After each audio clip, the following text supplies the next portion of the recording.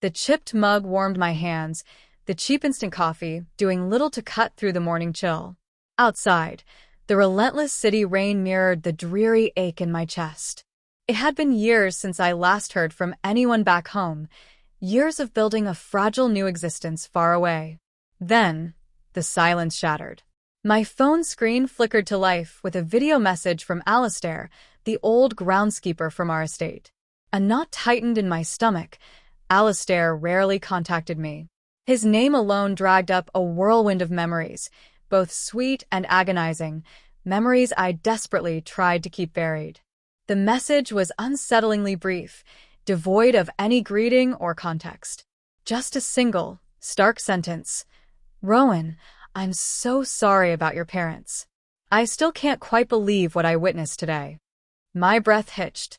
My fingers trembled as I tapped the play icon. The video opened onto a church, St. Edmund's. A wave of nostalgia washed over me, sharp and poignant. It was the same church where we'd attend Easter Mass, the scent of incense and lilies forever etched in my childhood.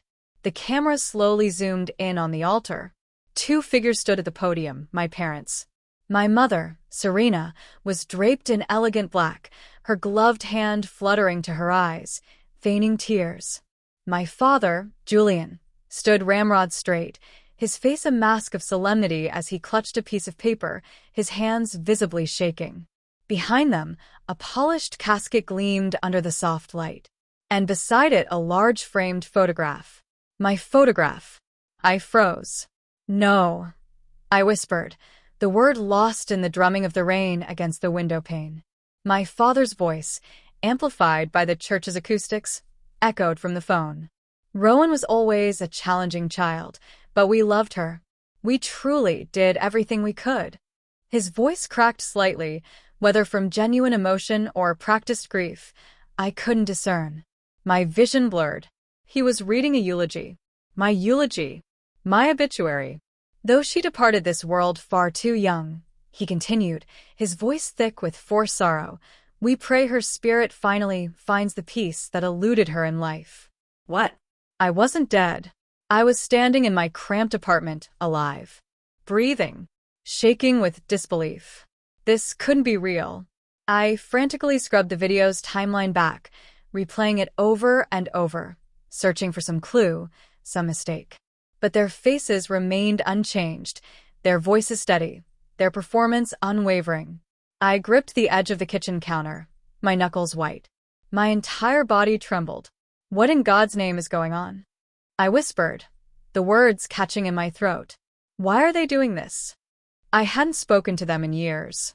Not since they'd effectively banished me, disowned me as if I were some shameful secret, a stain on their perfect reputation. But to stage a funeral? To publicly declare me dead? The sheer audacity of it was staggering.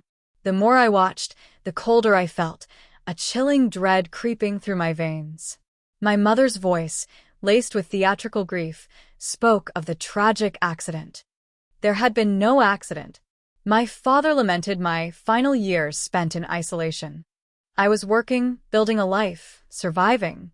They knew that. They had to know. So why? Why were they doing this? I sank slowly into a chair, the phone clutched in my hand, the video playing on repeat. The camera eventually panned across the congregation, distant relatives, family friends, even Mr. Abernathy, my childhood violin teacher, all dressed in somber black, all with the same mournful expressions, all believing they were mourning my death. And not one of them, not a single one, had bothered to reach out to me. I watched the video again, desperate to find some alternate explanation, some way to make sense of the impossible. But the truth was undeniable. They hadn't just cut me out of their lives. They had systematically, deliberately erased me, buried me alive in a web of lies. And in that moment, a chilling realization washed over me. This wasn't a mistake. This was a choice. A carefully calculated, sinister choice. It hadn't always been like this. There was a time, however naive it seems now, when I believed in the sanctity of family, in the unbreakable bonds of love and loyalty. That illusion shattered 3 years ago, The day I was unceremoniously ejected from my own life, cast out like yesterday's trash swept under the rug. The truth, the bitter, agonizing truth, was that it wasn't me who'd stolen the money. It was Genevieve, my younger sister, the golden child, the one who could seemingly do no wrong in their eyes.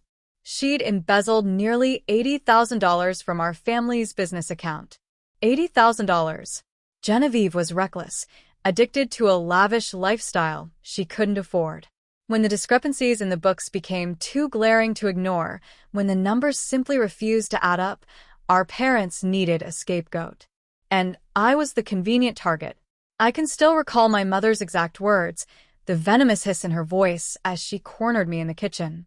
Better one ruined daughter than two, she'd spat, her eyes glittering with cold fury. My father hadn't even looked at me. His voice was flat, devoid of any warmth or affection as he delivered the final blow. You've humiliated us. You're no longer our daughter. The next morning I was gone. No money, no explanation offered to anyone, just a deafening, echoing silence. I tried calling, texting, emailing. I even sent letters. Nothing. My number was blocked. My emails went unanswered. When I reached out to close family friends, people I'd known my entire life, they suddenly stopped responding. One by one, doors that had always been open slammed shut in my face. I became a ghost, not just to my parents, but to the entire world I'd once known. Eventually, I did what broken people do. I fled. I moved across the ocean, took a job in a small cafe, changed my phone number, learned to live quietly in the shadows. I avoided social media. I barely spoke my own name. But even then, deep down in the recesses of my heart, I clung to a fragile sliver of hope. Hope that someday someone, anyone, would call, would ask if I was okay, would tell me it had all been a terrible misunderstanding. That day never came.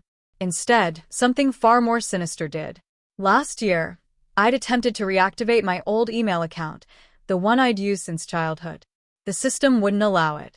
When I contacted customer support, I was informed that the account had been deactivated due to a report of user decease. My name had been flagged as deceased in their system. Officially. Digitally. Completely. They hadn't just disowned me. They had systematically erased my existence. I couldn't sleep that night. The video from Alistair played on an endless loop in my mind. Their faces, their crocodile tears, my photograph perched beside a casket I'd never seen. My own funeral, without me. Something was profoundly, disturbingly wrong. So, I started digging. Carefully, methodically, I began to unravel the threads of their deception. First, I called my aunt, Corinne, my mother's older sister. We hadn't spoken in years, but she used to sneak me extra cookies at family gatherings, a small act of rebellion against my mother's rigid rules. She answered on the second ring. Hello, Aunt Corinne? It's me, it's Rowan. Silence. A heavy, pregnant silence. Then, the line went dead. Click. She'd hung up on me. I called again. My number was now blocked. Next, I tried reaching out to my cousins. One sent back a thumbs-up emoji, and then fell silent. Another responded. Is this some kind of sick joke? No one believed it was me. No one except for one person. My youngest cousin, Finn. He'd always looked up to me when we were kids, always sought my advice. He texted back, his words hesitant, disbelieving. Rowan? Is that really you? Are you alive? Yes, Finn, it's me. I need to know the truth. What did they tell everyone? The typing bubble blinked for what felt like an eternity. Then, his reply appeared on the screen. They said you died in a car crash overseas. 3 years ago. My stomach plummeted. The air seemed to rush from my lungs. A car crash. I managed to choke out. Yeah. They said it happened while you were traveling. That it was too late to bring you home. Cremation. Closed casket. I nearly dropped my phone. There had never been a car crash. I'd never even owned a car while I was abroad. The lies were piling up, one more grotesque than the last. Something inside me snapped. A cold, hard resolve began to solidify in my chest. I would get to the bottom of this. I would expose their deceit. I pulled out every document I had meticulously saved over the years. Passport stamps, rental agreements, immigration papers. Proof, irrefutable proof, that I had never been in any accident, that I had never gone missing. Driven by a desperate need for answers, I checked the Public Records Office online. And there it was, staring back at me from the cold, impersonal screen. Rowan Mallory. Date of death, July 16th. Cause, road accident. Status, deceased. Certificate ID, ARF 91327. They'd forged it. They'd fabricated the entire thing. They'd made me legally dead. I stared at the screen, frozen in disbelief. This wasn't grief. This wasn't denial. This was a calculated cover-up. But what were they trying to hide? What secret was so dark, so damning, that they were willing to bury their own daughter alive to protect it? I should have stopped digging there. I should have walked away, tried to piece together a new life, as far from them as possible. But once you discover your own family has gone to such lengths to erase you, to declare you dead, you have to know why. The need for truth becomes an all-consuming fire. I found my answer in a place I hadn't looked in years: Genevieve's Instagram. After years of being private, her account was public again. And there it was, a sickeningly cheerful carousel of images. White roses, champagne fountains, a diamond ring the size of a small planet. Genevieve's wedding. Everyone was there. Aunt Corinne, smiling radiantly as if she hadn't hung up on me. My cousins, clinking glasses, their faces flushed with celebration. Even great-uncle Thaddeus, who lived in another country and never attended any family event, was there, beaming beside the wedding cake. But not me. Not a single mention. Not one photo. Not even a perfunctory, "Wish Rowan could have been here." I was gone. Erased, as if I had never existed. Until I looked closer. In one of the photos taken at the reception, a speech was in progress, a toast being given. Her husband stood beside her, grinning. And next to him, my father, holding a wine glass, speaking into a microphone, a wide, triumphant smile plastered across his face. The caption read, "To the one daughter who always made us proud." And there it was. The switch. The cold, brutal replacement. Not just forgotten, but actively replaced. A chilling wave of understanding washed over me. Curiosity turned to icy determination. I searched the family business registry. A few clicks and my blood ran cold. The trust fund my grandparents had left for me, the money meant for my college education, for a start in life, everything had been quietly, legally transferred to Genevieve's name. 6 months after my supposed death. She hadn't mourned me. She had profited from my absence. I stared at her smiling face, radiant in her white dress, sparkling in the sunlight, and it hit me with the force of a physical blow. My sister hadn't just replaced me. She had actively participated in erasing me. She was complicit in their lies. Enough was enough. If they wanted me dead, they were about to discover just how stubbornly, inconveniently alive I truly was. The next morning, armed with a stack of documents and a burning fire in my chest, I walked into a law office. Passport stamps, employment contracts, tax filings, lease agreements, flight records, irrefutable proof of my existence, unshakable evidence of their betrayal. The young attorney across the desk looked genuinely stunned. "You're challenging your own death?" I slid the forged death certificate across the polished table. "I'm not dead, but I plan to haunt them." He blinked, nodded slowly, his expression a mixture of shock and professional curiosity. "Then we'll start with a fraud complaint and a motion to revoke the declaration of death. It'll take time, but—" "I don't have time," I interrupted him, my voice firm. "Because, apparently, I have a memorial service this Sunday." He looked up, surprised. Earlier that day, an anonymous message had appeared on my phone. Just one line. "They're holding a memorial for you next Sunday at St. Edmund's." No name, no explanation, but I recognized the church. I knew the address. And I knew, with a chilling certainty, what I had to do. I stood at the window of my apartment that night, the city lights stretching out below me like a million tiny sparks waiting for a catalyst.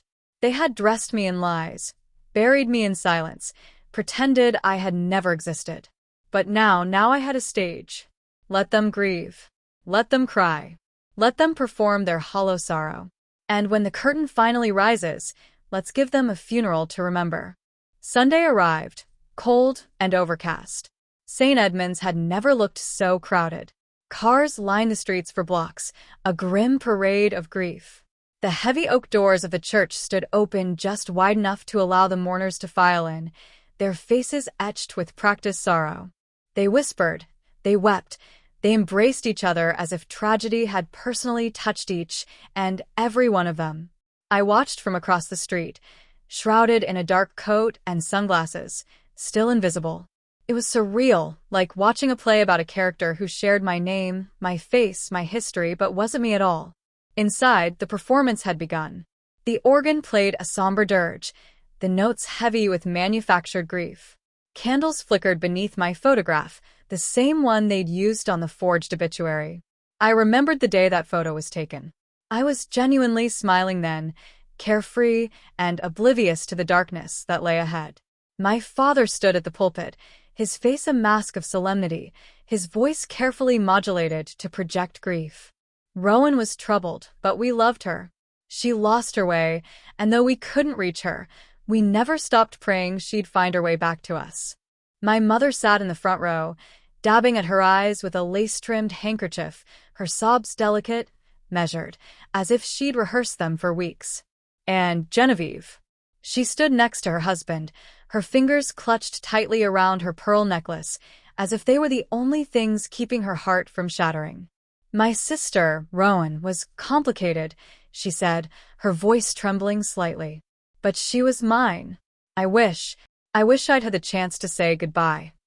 A lie wrapped in a tear, tied with a perfect, practiced bow. I stepped closer to the church doors, just enough to hear the priest's voice.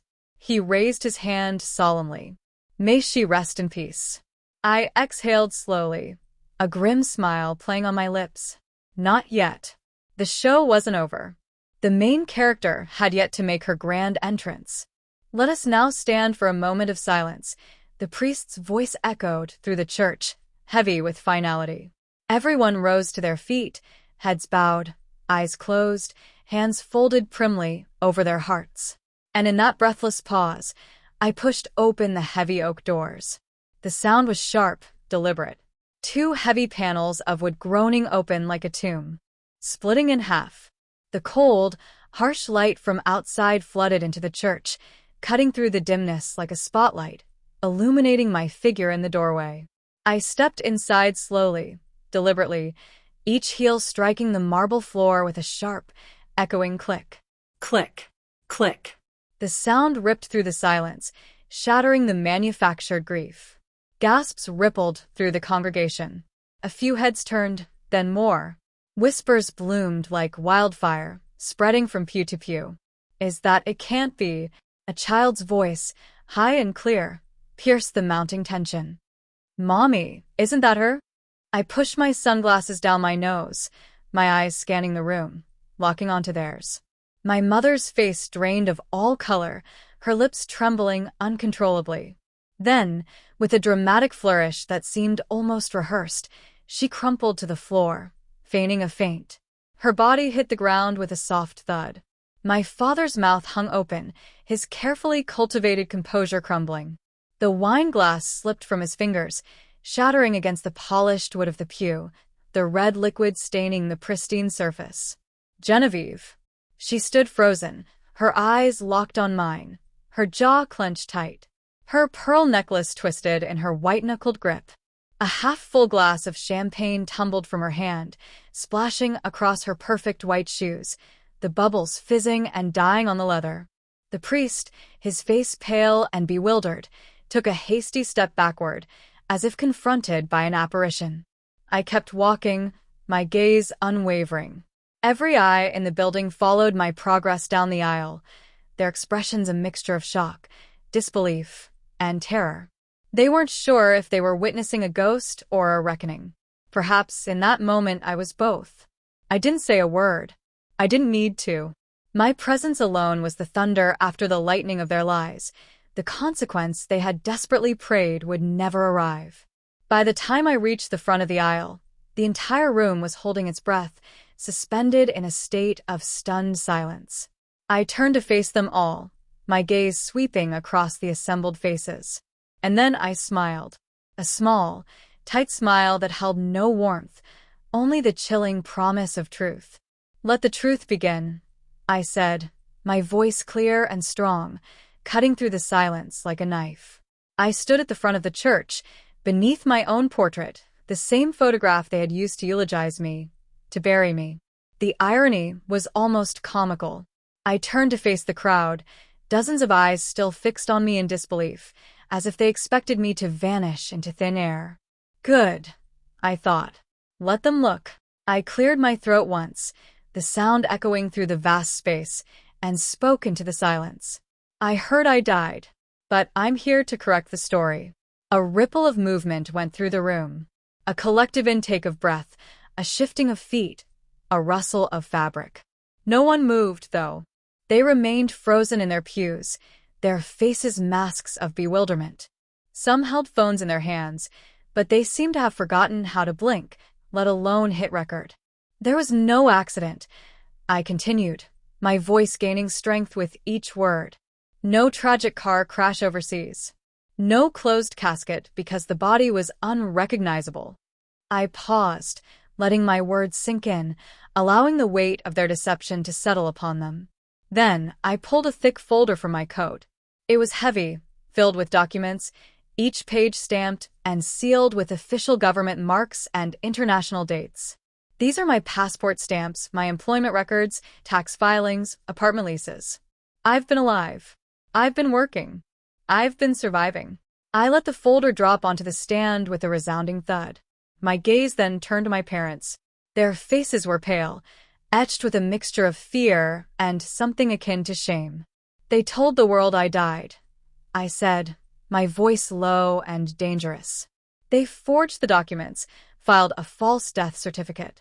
And when I was legally gone, I turned my eyes to Genevieve, who stood frozen, her fingers still clenched tightly around her pearls.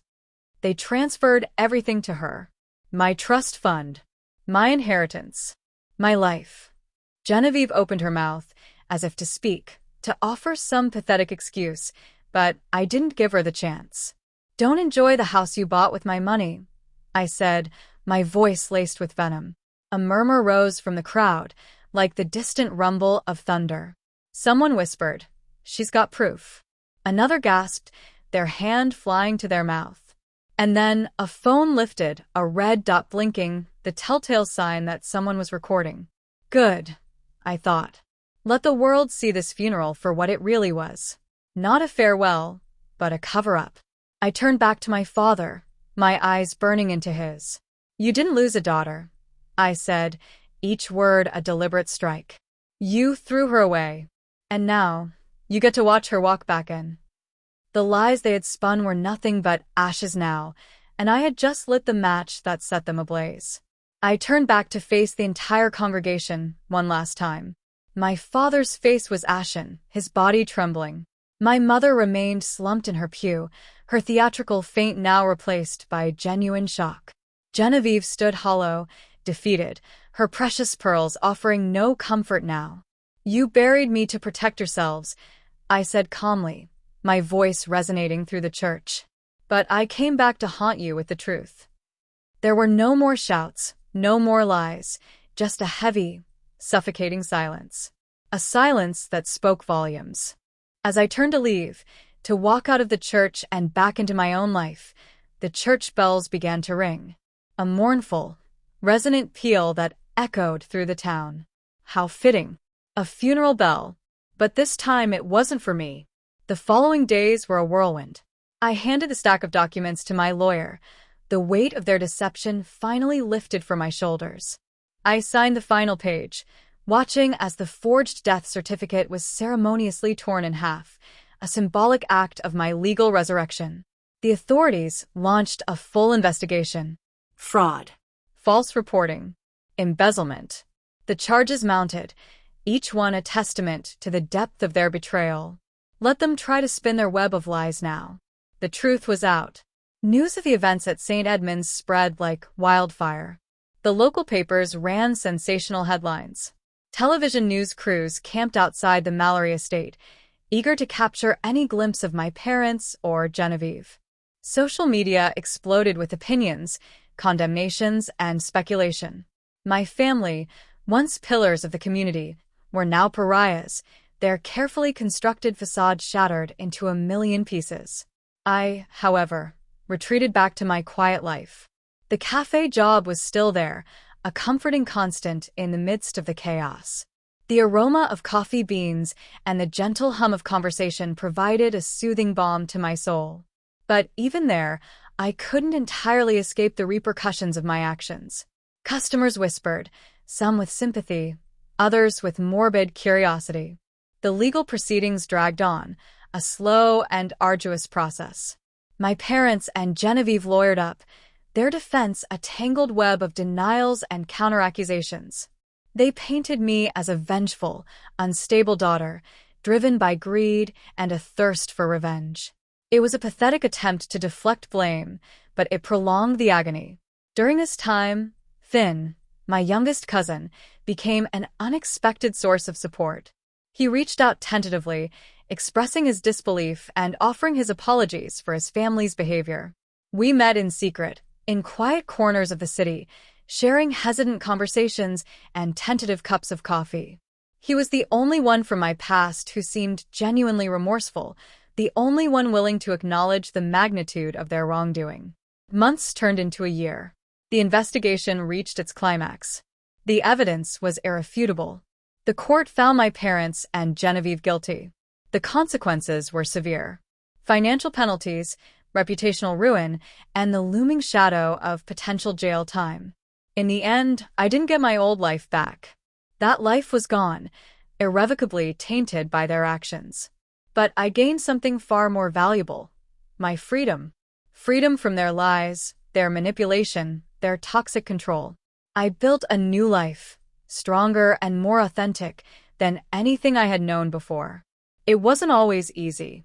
There were moments of doubt, moments of pain, moments when the scars of the past throbbed with a dull ache. But I persevered. I learned to trust again, to love again, to find joy in the simple things. As for my parents and Genevieve, they faded from my life.